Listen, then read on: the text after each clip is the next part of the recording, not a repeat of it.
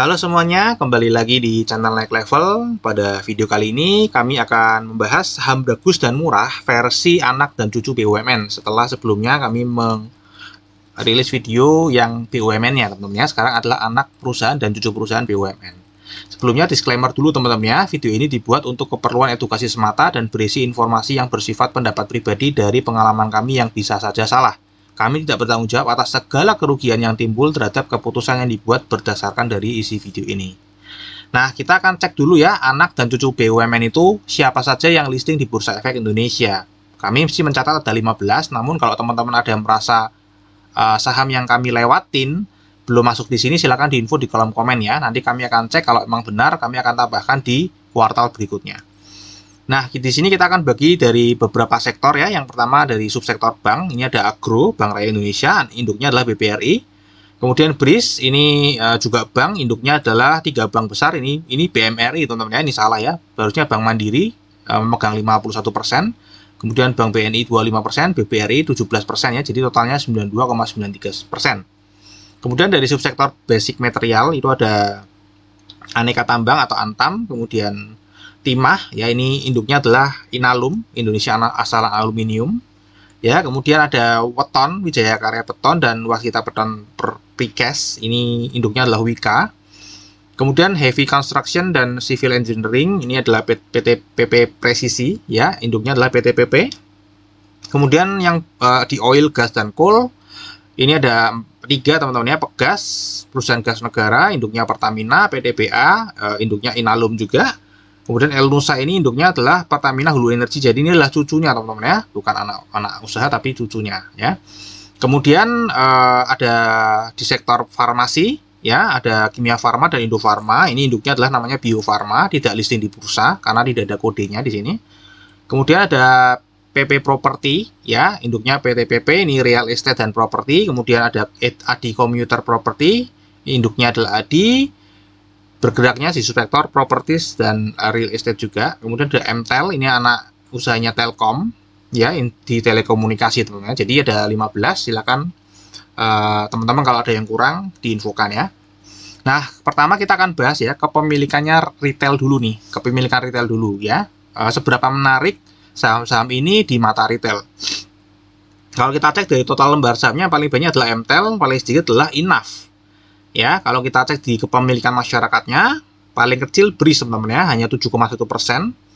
Kemudian paling tinggi ada di ELSA 48,9% yang beredar di masyarakat. Total investor per bulan Agustus 2022 ya, itu ada sekian teman-teman ya. Paling banyak menarik jumlah investor adalah Antam 225,365 ya, karena memang familiar sekali ya Antam ini ya, karena ada emas yang namanya Antam gitu ya. Kemudian paling tidak menarik adalah PPRE teman-teman ya, hanya 6.800, nih sedikit sekali, bahkan yang lainnya aja sudah 2 digit ya, ini hanya 1 digit tepatnya ya, 6.814. Kemudian ini adalah kepemilikan individu lokal. Individu lokal itu sering disebut sebagai retail ya, seperti kita ini namanya retail ya. Jadi yang dipegang masyarakat itu atau yang floating itu ada yang dipegang perusahaan teman-teman ya, atau fund manager atau insurance dan segala macam lah ya. Nah, sisanya artinya dipegang oleh retailer. Nah, ini adalah persentase saham yang dipegang oleh retailer terhadap yang beredar di masyarakat. Ini tujuannya untuk apa teman-teman ya? Kalau kita cek dari sisi bandarmologinya ya, saham yang jumlah retailernya di atas 50% itu biasanya disebut saham banjir teman-teman ya. Kalau kepemilikan retailnya di bawah 30%, itu biasanya disebut saham kering ya. Nah, bedanya apa saham basah dan saham kering? Kalau saham basah itu untuk proses menaikkan harga atau menggoreng harganya, maka harus melewati proses akumulasi dulu ya, karena kalau sahamnya sedang banjir, proses akumulasi akan sangat berat ya, karena barangnya banyak, harus diserap dulu oleh bandar. Kalau sahamnya kering ya, artinya kepemilikan masyarakatnya kecil, maka bandar itu dengan mudah, atau market makernya itu dengan mudah menaikkan harganya teman-teman ya. Ya kira-kira seperti itu ya sederhananya. Kemudian ini adalah rata-rata lembar saham yang dipegang oleh retailer, ya. Paling banyak itu PPRO, jelas karena harganya juga 50-an. Yang paling sedikit Inaf ya, ini kurang populer nampaknya. Ini dengan harga yang update per hari ini video ini dibuat teman-teman ya. Jadi kalau kita rupiahkan rata-rata nih ya, per investor di saham-saham ini itu pegang kayak paling tinggi adalah PTBA. Jadi PTBA ini duit retailer yang duitnya besar-besar masuknya di PTBA nih saat ini ya. Karena rata-ratanya 75 juta per investor. Dan yang paling kecil itu ada di ADCP teman-teman ya. ADCP ini yang retailer dengan modal yang paling kecil ya, kalau kita lihat di sini ya, hanya 6,1 juta per investor rata-rata. Oke, ini adalah dari sisi kepemilikan retail ya, ini hanya untuk informasi saja. Kemudian kita akan cek dari sisi performance-nya. Ya, kalau kita cek dari sisi performance-nya, pendapatan paling tinggi itu disumbang oleh Pegas. Yang kedua adalah Antam ya. Kemudian inilah CAGR atau pertumbuhan selama 5 tahun pendapatannya per tahun. Jadi per tahun pendapatannya tumbuh selama 5 tahun tuh sekian teman-teman ya. Kalau ada kodenya nih kayak BRIS ini berarti CAGR-nya bukan 5 tahun tapi 4 tahun karena datanya hanya 4 tahun. Kemudian ADCP dan MTEL ini hanya 3 tahun CAGR-nya teman-teman ya. Kalau nggak ada angkanya ini artinya 5 tahun.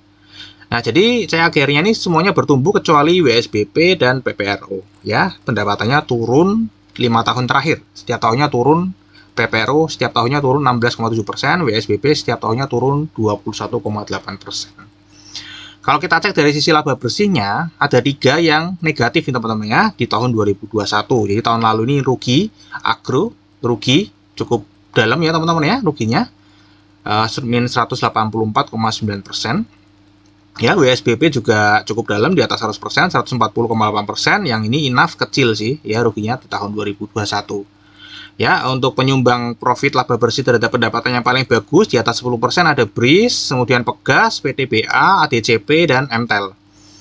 Ya, laba bersih kenaikan selama 5 tahun per tahunnya yang paling bagus ini ada di BRIS teman-teman ya, karena memang dia merger ya, jadi otomatis labanya naiknya cukup bagus ya. Kemudian yang kedua adalah di Antam ya, dan berikutnya ada di MTEL. Jadi CAGR-nya paling tinggi. Ada yang negatif juga ini teman-teman, WSBP, Weton, Elsa 5 tahun terakhir ini rugi teman-teman ya, Inaf, PPRO ya. Ini adalah pendapatan di semester 1 2022 ya, dan laba bersihnya di semester 1 22. Untuk yang di kode merah ini artinya belum merilis laporan keuangan semester 1, jadi masih kuartal 1 teman-teman ya, jadi masih Januari sampai Maret aja. Kalau yang lainnya berarti sudah semester 1 Januari sampai Juni. Nah, kalau kita cek ya pendapatan yang turun dari year on year-nya dari kuartal 1 tahun sebelumnya itu adalah Agro, KF dan Inaf teman-teman ya. Yang lainnya pendapatannya naik semua. Dan yang paling tinggi ini ada di WSBP teman-teman ya. Kemudian tertinggi kedua ada di PTBA dan tertinggi ketiga ada di PPRO. Jadi PPRO ini lumayan ya, pendapatannya sudah mulai meningkat. Namun kalau kita cek dari sisi laba bersihnya ada 3 yang negatif teman-teman ya, KF, Inaf dan PPRO. Jadi PPRO meskipun pendapatannya meningkat namun labanya masih turun teman-teman ya dibanding semester 1 tahun lalu. Ya, masa cuma 1 teman-teman ya laba bersihnya. Oke, untuk kenaikan paling tinggi ini WSBP. WSBP ini sebelumnya rugi, kemudian tahun ini menjadi profit.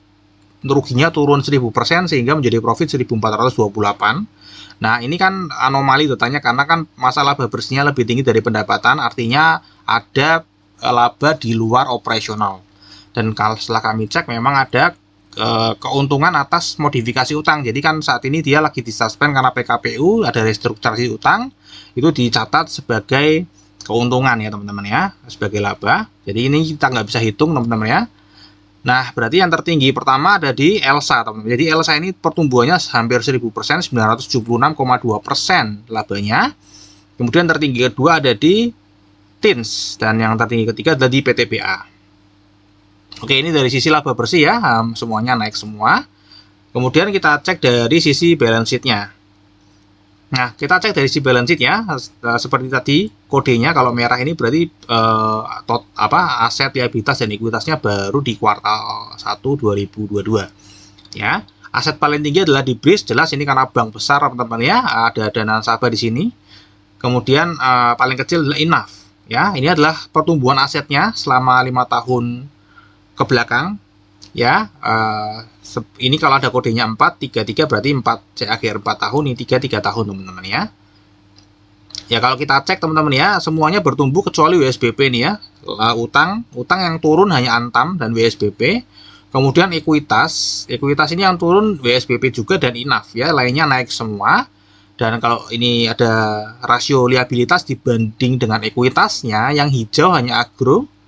Ini BRIS bank ini sudah kita kurangi dengan dana nasabah teman-teman ya. Untuk Antam ini setengah bagus, PTBA 0,58 dan MTEL 0,64, yang lainnya di atas 1 teman-teman ya.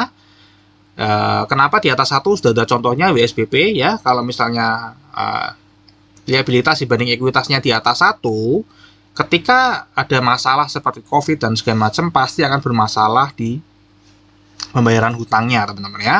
Dan pasti ada proses PKPU lah, dituntut pilot itu ya. Kira-kira seperti itu. Jadi kalau ini hijau, pasti terhindar dari masalah seperti itu. Oke, ini dari sisi balance sheet-nya teman-teman ya. Sekarang kita cek dari sisi valuasinya. Nah, dari 15 ini teman-teman ya, yang price to book value-nya paling bagus adalah Weton, PPRE, ELSA, PPRO, dan ADCP. Ya, yang pair-nya paling murah itu adalah TINS, WSBP kita abaikan karena tadi laba bersihnya karena ada itu ya, restrukturisasi hutang teman-teman ya, bukan dari operasional yang sifatnya tidak continue. Kemudian PTBA dan ELSA teman-teman ya. Kemudian kalau dari sisi ROE, ini WSBP juga kita abaikan saja, paling tinggi adalah PTBA, kemudian TINS, kemudian Pegas teman-teman ya. ROA juga sama. Dividen, Antam, Weton, PPRE, PTBA, ELSA. Jadi ini yang rutin bagi dividen selama 3 tahun terakhir ya. Dan ini adalah dari sisi likuiditasnya teman-teman ya. Teman-teman bisa cek sendiri. Nah, dari 15 ini teman-teman ya, kami sudah filter kira-kira mana ya yang masih murah dan bagus menurut kami. Ya, jadi dari yang price to book value-nya murah, ini Weton menurut kami bagus teman-teman ya, 0,65. Dengan pair-nya sini PPRE 0,75. Kemudian ELSA ini bagus ya, paling bagus karena price to book value baik maupun price to book value maupun pair ini sama-sama murah.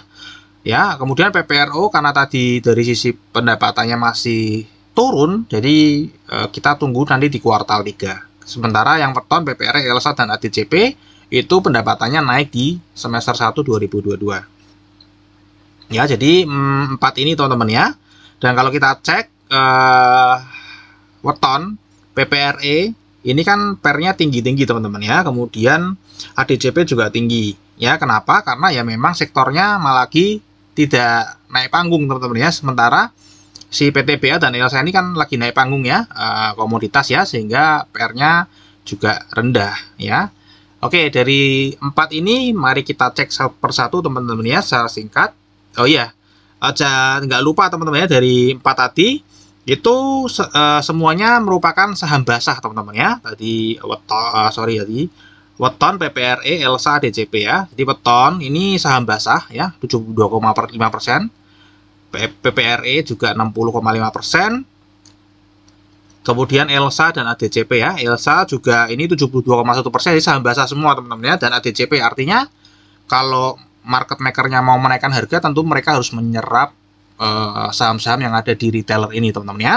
Cara nyerapnya bisa dengan fear, diturunin harganya sampai cut loss, atau dengan greed ya. Biasanya dinaikin sedikit, ada retail yang untung sedikit lepas ya. Biasanya dilepas ya berarti harganya dinaikin. Jadi tergantung dari pemegang saham ini yakin enggak dengan emitennya teman-teman ya, dengan memainkan emosi pasar untuk supaya individu lokal mau melepas sahamnya. Oke, kira-kira seperti itu teman-teman ya. Nah, kita akan cek satu persatu. Tadi yang pertama Weton. Ya, Weton itu book value-nya 393, all time high-nya 1410. Jadi harga saat ini 254. Kalau misalnya dia naik targetnya book value sama dengan 1, maka bisa profit 54,7%. Tapi kalau targetnya all time high ya bisa profit 455%. Secara grafik ini masih downtrend teman-teman ya. Kemudian kalau kita cek dari PPRE, ya PPRE ini harga saat ini 167. Kemudian kalau targetnya book value sama dengan 1, maka bisa profit 33,5%. Kalau targetnya all time high, bisa profit 153,9%. Kalau kita cek grafiknya ini sedang sideways, teman-teman ya. Nah, kemudian kalau kita cek ELSA, ya ELSA ini sekarang harganya 350. Ya, book value-nya 552. Kalau targetnya book value, maka bisa profit 57,7%. Kalau targetnya all time high, bisa profit 102,8%. Nah, kalau kita lihat grafiknya, ini sedang sideways juga, namun ini di terakhir-terakhir 2022 mulai uptrend, teman-teman ya. Kecil. Nah, kemudian kita cek ADCP. ADCP ini 83, book value-nya 107. Jadi kalau kita targetnya book value sama dengan 1, maka bisa profit 28,9%. All time high-nya 110, kalau mau break all time high berarti bisa profit 32,5%. Namun sekali lagi karena saham ini saham banjir, otomatis pasti akan membutuhkan waktu untuk naik, teman-teman ya. Oke, sampai di sini dulu teman-teman ya video kami. Terima kasih sudah menonton video ini sampai habis. Dukung channel ini dengan subscribe, like, dan share. Dan sampai jumpa pada video kami yang berikutnya.